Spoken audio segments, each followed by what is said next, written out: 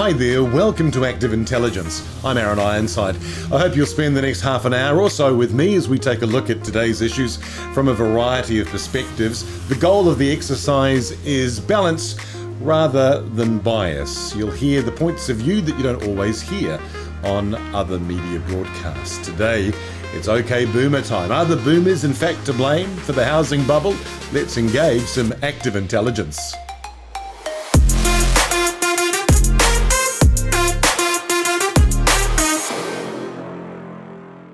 On today's program, I caught up with Brook Turner from VisionWest. He's the head of the Service Development and Partnerships Division of VisionWest, and they deal with this housing crisis in the many forms in which we find it.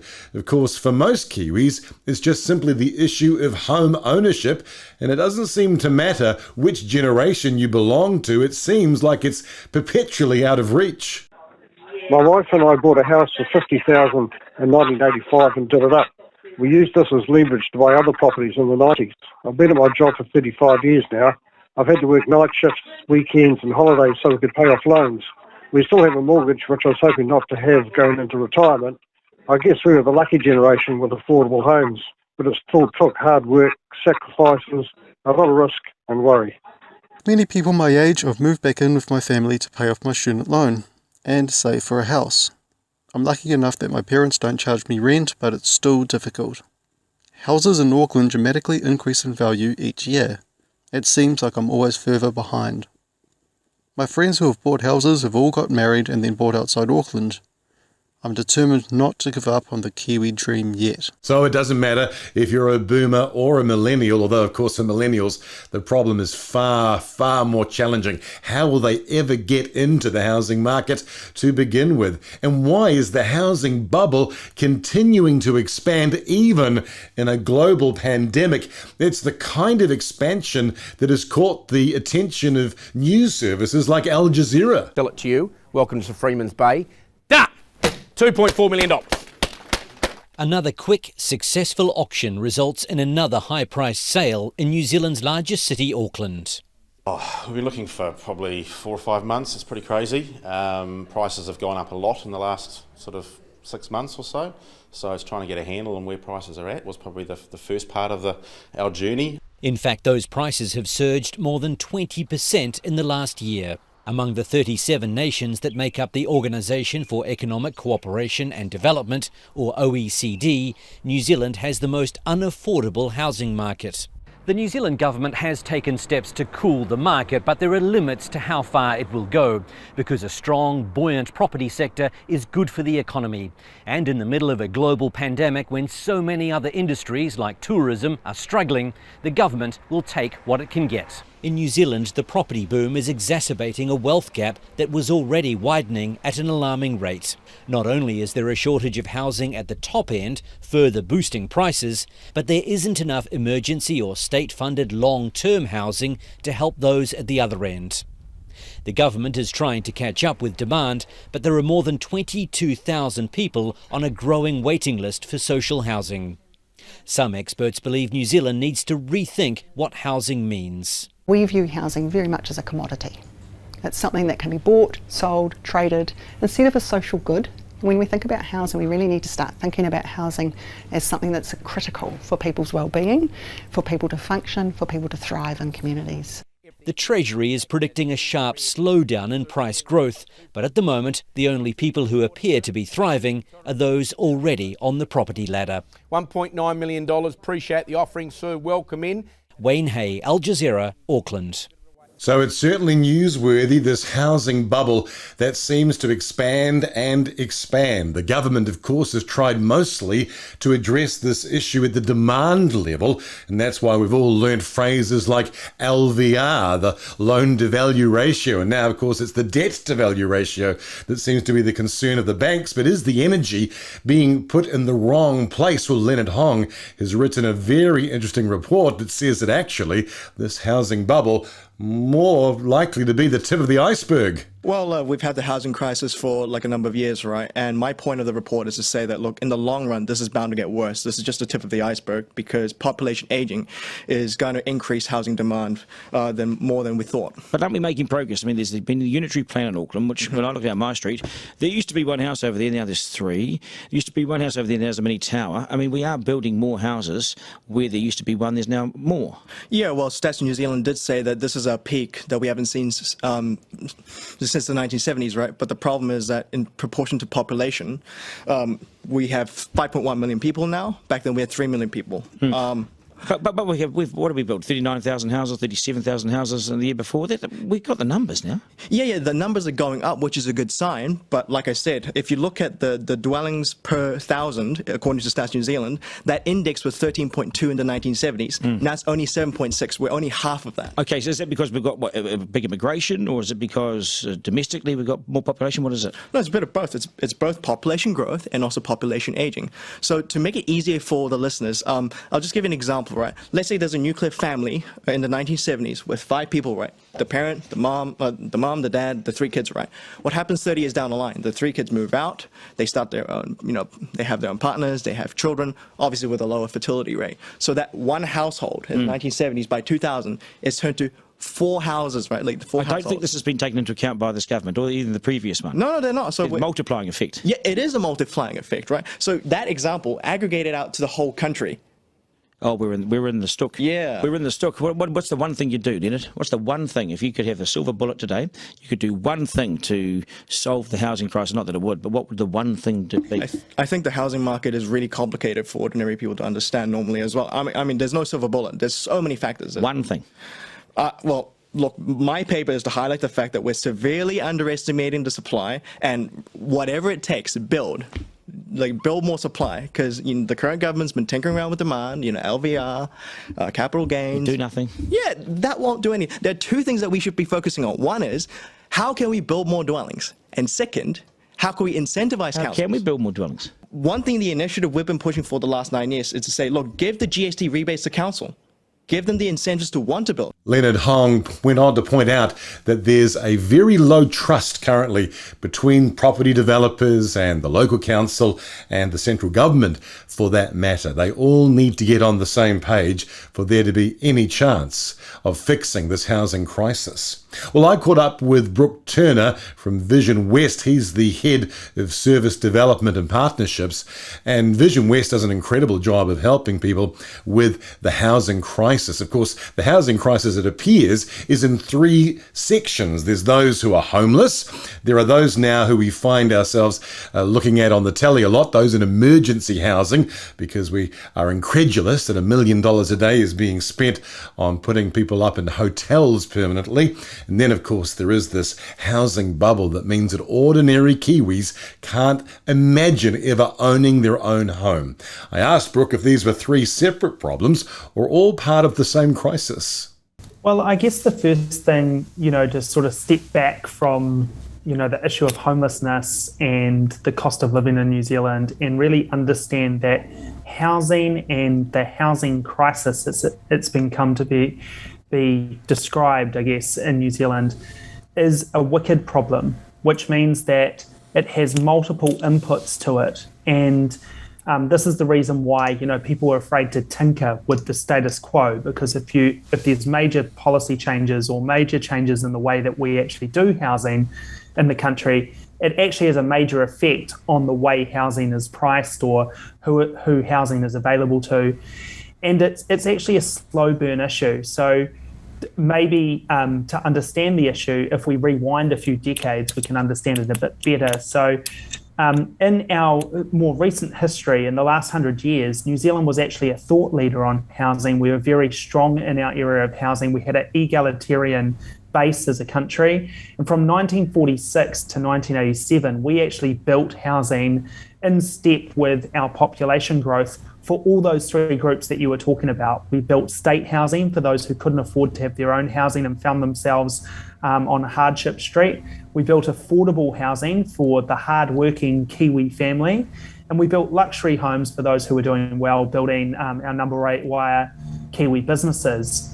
That all changed in the 1980s when we started opening up to globalization and what some of your listeners will know as Rogernomics. The fourth Labor government came in and there were major reforms. And look, reform needed to happen because we had an inflation issue, but it happened very, very quickly. And we tinkered with some of those major foundational pieces of legislation, and the way that our economy and the way that our infrastructure and the way that a whole bunch of things that we had taken for granted in New Zealand happened.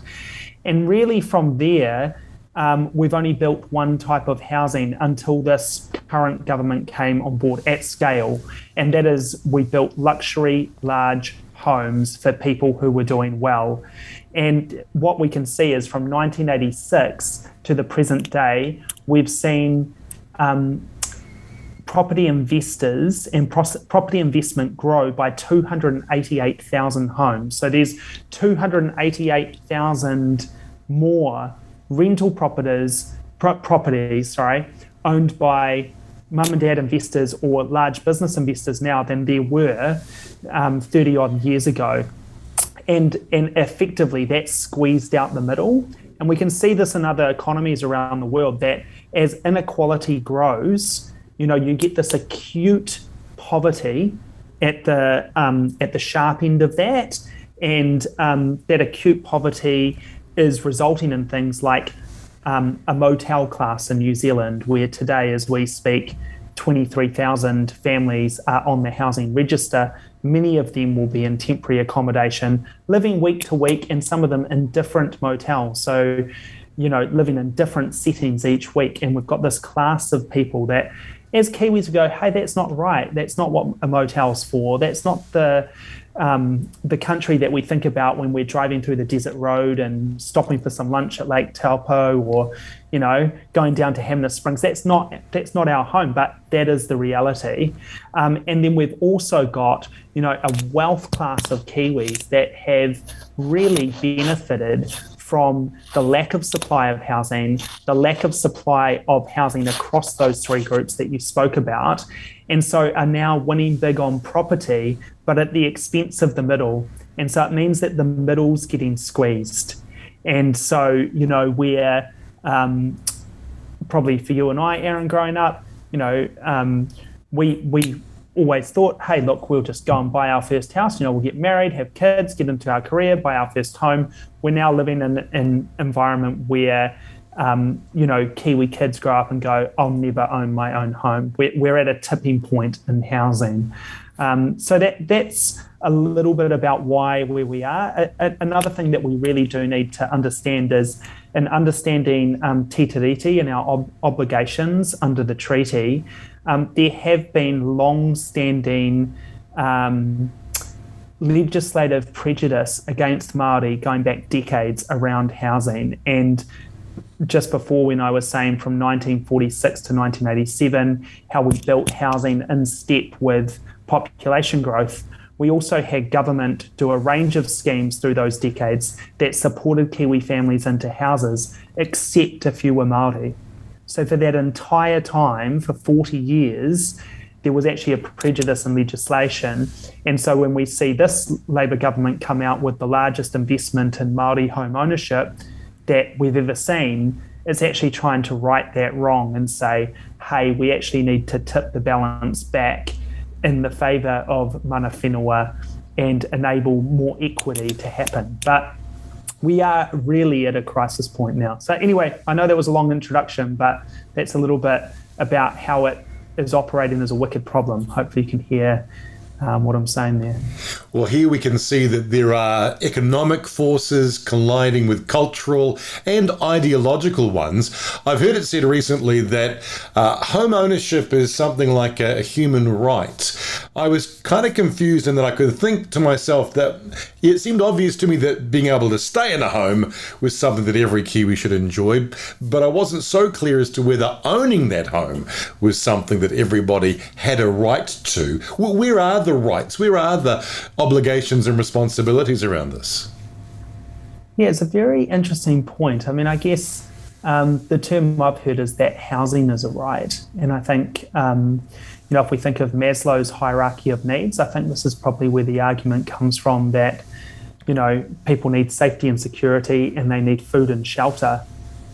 And they need those fundamental things to be able to have those other opportunities for self-actualization, to be able to realize, our dreams and our aspirations and our purpose in life. We do need some fundamental things. We need to feel safe. We need to feel secure. We need to have housing. We need to have shelter. And we need to be emotionally connected to people who love us. And we need to be able to connect to people who we love.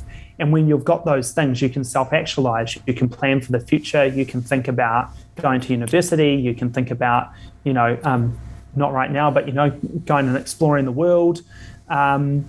All those things happen. And I think the argument of housing as a human right comes from the place of saying, without housing, actually what's known as ontological security begins to break down. And ontological security is your security of place. So if you've got housing stability, you have security of place, and that means you can build networks. And the human race is highly networked. We know it in New Zealand, they say there's 6 degrees of separation. Well, we know in Kiwiana, it's like 1 or 2 degrees if you're lucky. And that's where the guy down the street, knows the guy who will sell you your next car, and, you talk to your neighbour about who he uses as a sparky. But it's also where we get employment and how we connect to know where to send our kids to school, and what the local recreational areas are in our neighbourhood, and all those sorts of things. When you take housing away, you actually lose that. And so if we go back to the motel class, where they have housing instability, they've lost their ontological security. They're not living in a motel with similar neighbours. Their neighbours are changing every week, and actually every few weeks they're changing motels. So they've got no ability to build those networks, to build that infrastructure around their lives socially, and those psychosocial factors that actually help them navigate the world. So I think that's the argument for the right. I think the other argument that comes in that's often said is, look, isn't it about freedom of opportunity? No one gets anywhere on a free lunch, like Kiwi spirit is that we're hardworking, why are we raising benefits? Why are we, building all these masses of state housing when my son can't afford to get a deposit, or my daughter can't get into her first home, and she's a nurse, and, she's an essential worker? And those are really valid questions to ask. And I guess with that, the question is, where was the starting line for this family?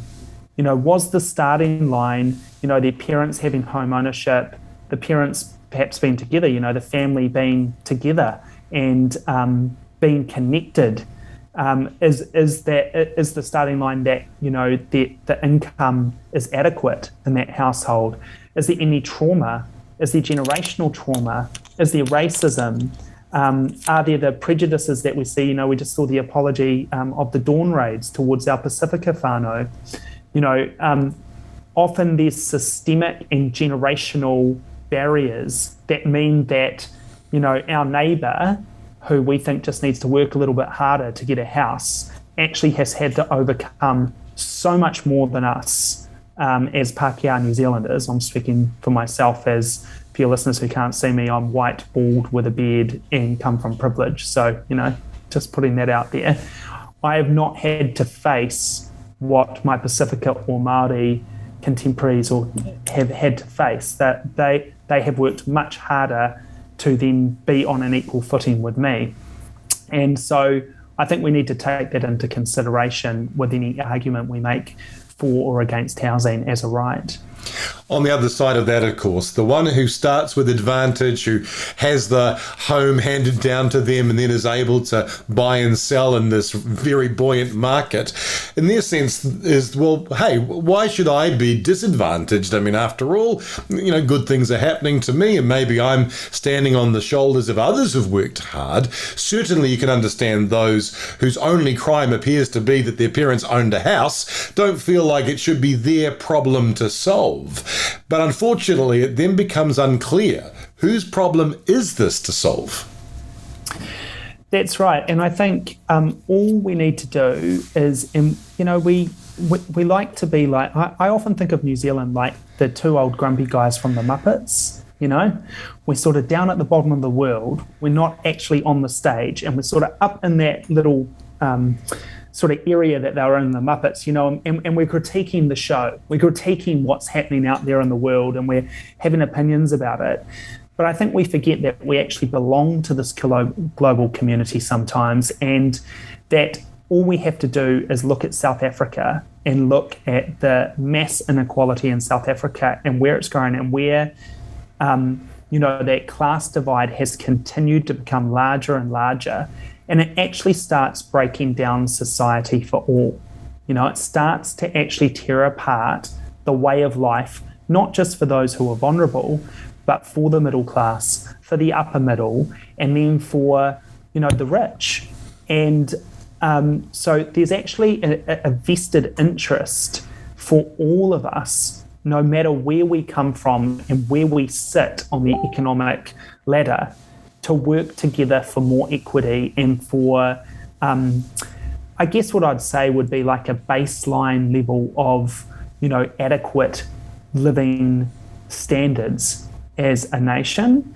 And when you actually get that, and we've got proof of this, of development that's happened in countries over the last 100 years. If we look at the development in China, China's had a real aim to, build a middle class and lift people out of poverty. We've seen over the last 100 years some of the greatest work done in that country to lift hundreds of millions of people out of poverty, using technology, with the will of the country to do that. And look, I'm not advocating for, for the way that China leads at the world per se, but what I'm saying is, countries innately recognize that you've got to approach the way of life for all of your citizens, and that when you are those in power that have decision-making rights, you've got to think about all of your citizens to be prosperous. And if you don't do that, over time, even if you just focus on a select group of your citizens, you will start pulling apart the tower, and eventually Yertle the turtle will be toppled. Is this one of those moments where we have to look forward and innovate, or perhaps one where we look back? Because I had an intriguing conversation with a German man recently.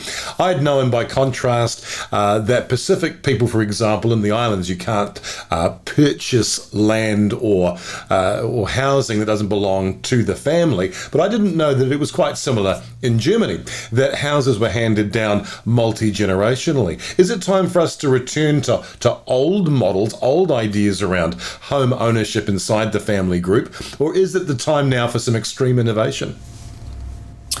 Look, I think it is a real time of exploration, and I'd really encourage people to, think about, both in your local context and your family context, about what you can be doing around housing. I mean, we've seen, if we think about the spiritual sense for a moment, Henry Nouwen, great Catholic writer, he wrote The Wounded Healer, and in 1978, he predicted that, like there had been the emergence of the nuclear family, mum, dad, and the kids, with the whole world revolving around mum, dad, and the kids, and the extended whānau of grandparents and aunts and uncles, and that sort of more tribal sense of family would be lost, and there would just be the nuclear family where you found identity.